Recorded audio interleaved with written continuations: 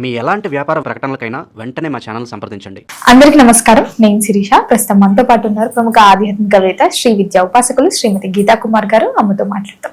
నమస్కారం అమ్మ. శ్రీ గురుభ్యో నమః. శ్రీ మాత్రే నమః. నమస్తే అమ్మా. అమ్మ, చాలా వరకు తలస్థానం విషయానికి వస్తే చాలా మందికి చాలా అనుమానాలు ఉన్నాయి. ఏంటి తలస్థానం ఎప్పుడు చేయాలి, ఎప్పుడు పడితే అప్పుడు చేయాలా? కొంతమంది డాక్టర్స్ కూడా చెప్తుంటారు 3 డేస్కి ఒకసారి చేయండి, వారంలో 2 సార్లు చేయండి సరిపోతుందని.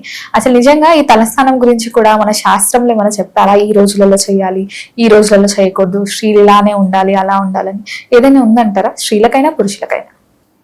తలస్నానం విషయానికి వస్తే గృహస్థులకు ఒక ఆచారం ఉంది, సాధకులకు ఒక ఆచారం ఉంది. మంత్రోపదేశం ఉండి, అనుష్ఠానం పూజ ఉండి, నిత్యము మంత్రజపం చేసేవాళ్ళు ప్రతిరోజు చేయాలి, పురుషులైనా స్త్రీలైనా. ఎందుకంటే నూనె పెట్టుకొని మంత్రజపం చేయకూడదు.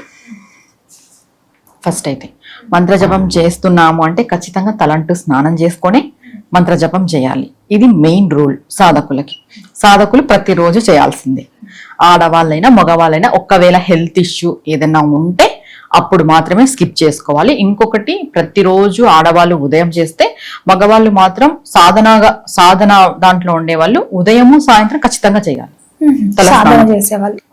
ఖచ్చితంగా చేయాల్సిందే. మంత్రజపం చేసేవాళ్ళు ఒక్కవేళ హెల్త్ రిలేటెడ్ వాళ్ళకి ఏదైనా ప్రాబ్లం వస్తే ఉదయం ఒకటే చేస్తారు. మరీ హెల్త్ రిలేటెడ్ ప్రాబ్లం వస్తే అసలుకే చేయరు. కానీ సాధన పరంగా ఉండే వాళ్ళకి ప్రాబ్లమ్స్ తక్కువ. ఈ తలస్నానం చేసినా కూడా పెద్దగా ప్రాబ్లమ్స్ అయితే రావు. ఆల్మోస్ట్ నేను చాలా మందికి, అంటే నా శిష్యులు కూడా ఉన్నారు కాబట్టి నాకు తెలుసు. ఇంకోటి, మేము చేస్తాం కదా, ఎవ్రీడే చేస్తాం స్నానం కాబట్టి మాకు పెద్దగా హెల్త్ రిలేటెడ్ ప్రాబ్లమ్స్ వస్తాయి అనేది అయితే, అంటే ఈ తల స్నానం చేయడం వల్ల మనకి ఏమో హెడేక్, జలుబు, దగ్గు ఇవి వస్తాయి. ఇవి అయితే రావు ఎక్కువ సాధన పరంగా ఉండే వాళ్ళకి. నార్మల్ గృహస్థులు అయితే సోమవారం చేసుకోవాలి, శుక్రవారం చేసుకోవాలి, ఆదివారం చేసుకోవాలి, శనివారం చేసుకోవాలి. ఒక్క గురువారం మాత్రమే చేయకూడదు అంటారు. మంగళవారం కూడా చేసుకుంటారు. ఇప్పుడు ఎలా చెప్పబడుతుంది ఇది అంటే, ఎవరెవరి ఇంటి వారాలు వాళ్ళకు ఉంటాయి. సోమవారం ఒకరికి ఉంటుంది, మంగళవారం ఒకటి ఉంటుంది, బుధవారం ఒకటి ఉంటుంది, శనివారం గురువారం ఒకరికి ఉంటుంది. ఇలా ఉంటుంది. ఇలా ఇంటి వారాలు ఉన్నప్పుడు వాళ్ళు ఖచ్చితంగా ఆ రోజు చేయాల్సిందే. వాళ్ళ ఇంటి దేవుడి కోసం కలశం పెట్టుకునే వాళ్ళు ఉంటారు. గురువారం కొంతమంది పెట్టుకుంటారు, మంగళవారం కొంతమంది పెట్టుకుంటారు, శుక్రవారం. ఇది ఇలానే అని చెప్పలేదు. నార్మల్ గా ఎవరైనా ఏ రోజులో చేయొచ్చు అని అంటే సోమ, శుక్రవారం ఖచ్చితంగా చేయాలి. వారానికి 2 సార్లు. ఏదైనా హెల్త్ ప్రాబ్లం ఉండే వాళ్ళు కూడా వారానికి 2 సార్లు. లేదు అంటే సోమవారం ఖచ్చితంగా చేయాలి. సోమవారం చేయడం వల్ల ఏంటి అని అంటే మనకు తేజస్సు అనేది వస్తుంది శరీరానికి, ఆకర్షణ, తేజస్ అనేది లభిస్తుంది. మంగళవారం చేసే వాళ్ళకి ఏంటి అంటే మంగళమైనకరమైన పనులు ఉంటాయి, కొన్ని వాళ్ళు చేస్తుంటారు, అవి జరుగుతాయి, మంచి పనులు. బుధవారం వచ్చేసి ధనలాభానికి, ధనం కావాలంటే బుధవారం చేయాలి అంటారు. తర్వాత గురువారం అసలు చేయకూడదు. గురువారం తలంటు స్నానమే చేయకూడదు నార్మల్ గృహస్థులు. ఎందుకు అనంటే ఆ లక్ష్మి వస్తుంది అంటారు గురువారం చేయడం వల్ల. అది లక్ష్మీ వారం అని చెప్పేసి ఆ రోజు తలంటు, అంటే మనకి ఏం చెప్తారు అంటే, కనక మహాలక్ష్మి అమ్మవారి వ్రతం చేస్తారు, ధనుర్మాసంలో చేస్తారు, వస్తుంది 4 వారాలు వస్తుంది అనమాట. ఆ రోజు గురువారం తలలో ఇవి దువ్వెన పెట్టరు, నూనె రాయరు, తలంటు చేయరు, ఓన్లీ వాటర్ పోసుకుంటారు అంతే. తలంటు చేయరు, దువ్వెన పెట్టరు, నూనె పెట్టరు, పరక చాటాకు కూడా ముట్టరు ఆ అమ్మవారి వ్రతం చేస్తే. అందుకు గురువారం తలంటు స్నానం చేయకూడదు. ఇది నిషేధం. చేస్తే ధన నష్టం, ఆర్థిక నష్టం, ఆరోగ్య నష్టం ఇవన్నీ కలుగుతాయి.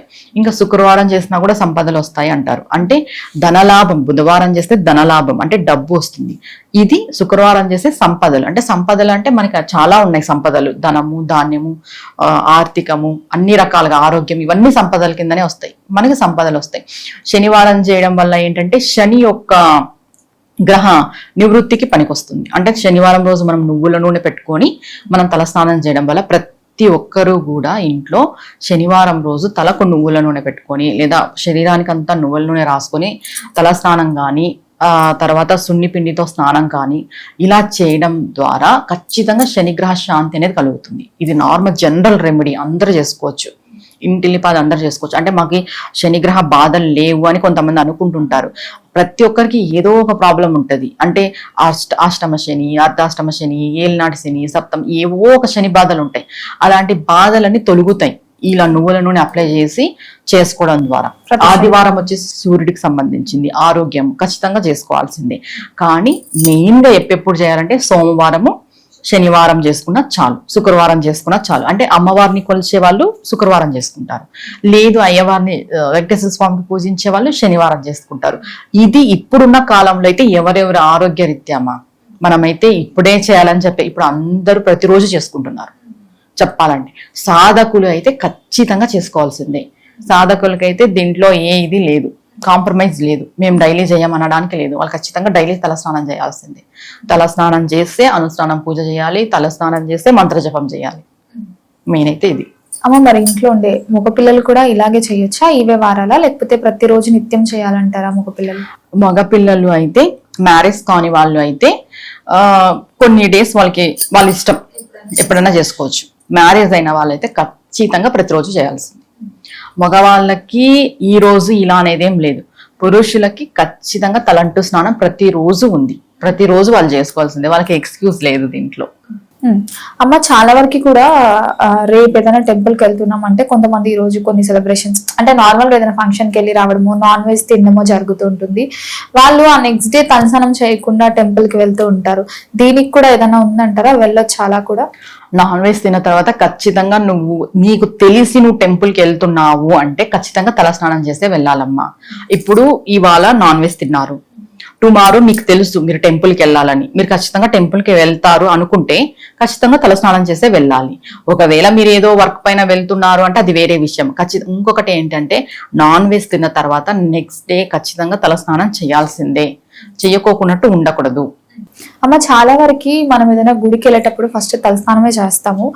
కొన్నిసార్లు మనం ఎక్కడన్నా వెళ్ళినప్పుడు మధ్యలో గుడులు కనిపిస్తే ఆ రోజు మనం తలస్నానం చేయకపోయినా కొంతమంది వెళ్తూ ఉంటారు, అలా వెళ్ళొచ్చా? వెళ్ళొచ్చు. ఇప్పుడు తలంటు స్నానం చేసి మనం ప్రత్యేకించి గుడికి వెళ్ళాలనుకున్నాం ఖచ్చితంగా తలంటు స్నానం చేస్తాం. ఎందుకంటే ఆయిల్ ఎందుకు ఉండకూడదు అని అంటే మనకి సహస్రారం అనేది ఒకటి ఉంటుంది ఇక్కడ తలలో. ఈ ఆయిల్ పెట్టడం వల్ల గుడిలో ఉన్న శక్తి, గర్భగుడి నుండి వచ్చే శక్తి కానీ, గడస్తంభం అని ఉంటుంది కదా ముందర, దాని నుండి వచ్చే శక్తి కానీ మన ఈ ఆయిల్ ఉండడం వల్ల అడ్డుగా ఉంటుందన్నమాట, తీసుకోలేదు డైరెక్ట్ గా. ఏదైతే గుడిలో ఉన్న శక్తి మన సహస్రారం అబ్జర్వ్ చేయాలంటే ఖచ్చితంగా తలస్నానం చేసుకొని వెళ్ళాలి. అందుకే గుళ్ళకి తలస్నానం చేసుకొని వెళ్ళాలి అంటారు. నార్మల్ గా దారిలో కనిపిస్తుంది గుడి, మేము దండం పెట్టుకుంటామంటే దానికి ఏం తలస్నానం చేసుకొని పోవాల్సిన అవసరం లేదు.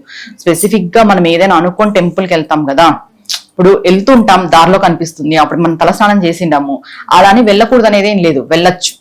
కానీ మనం అనుకోని వెళ్ళాలి ఖచ్చితంగా. ఇప్పుడు మేము రేపు టెంపుల్కి వెళ్ళాలి, ఇది విశేషమైన తిథి, విశేషమైన రోజు, మేము ఏదో పూజ చేయిస్తున్నాము, మేము ఏదో అభిషేకం చేయిస్తున్నాము, మేము ఏదో కళ్యాణం చేపిస్తున్నాము, ఇలా అనుకునే వాళ్ళు ఖచ్చితంగా తలస్నానం చేసి ఖచ్చితంగా వెళ్ళాల్సిందే టెంపుల్కి. అలా వెళ్తేనే ఆ టెంపుల్లో ఉన్న శక్తి మనం గ్రహించగలము. ఇంకా మగవాళ్ళు అయితే ఖచ్చితంగా నిత్యము తలస్నానం చేయాలి, దీంట్లో డౌటే లేదు. అమ్మ మొత్తం మీద మాకు తెలియని ఎన్నో మంచి విషయాలు తెలియజేసినందుకు ధన్యవాదాలు. నమస్తే అమ్మా.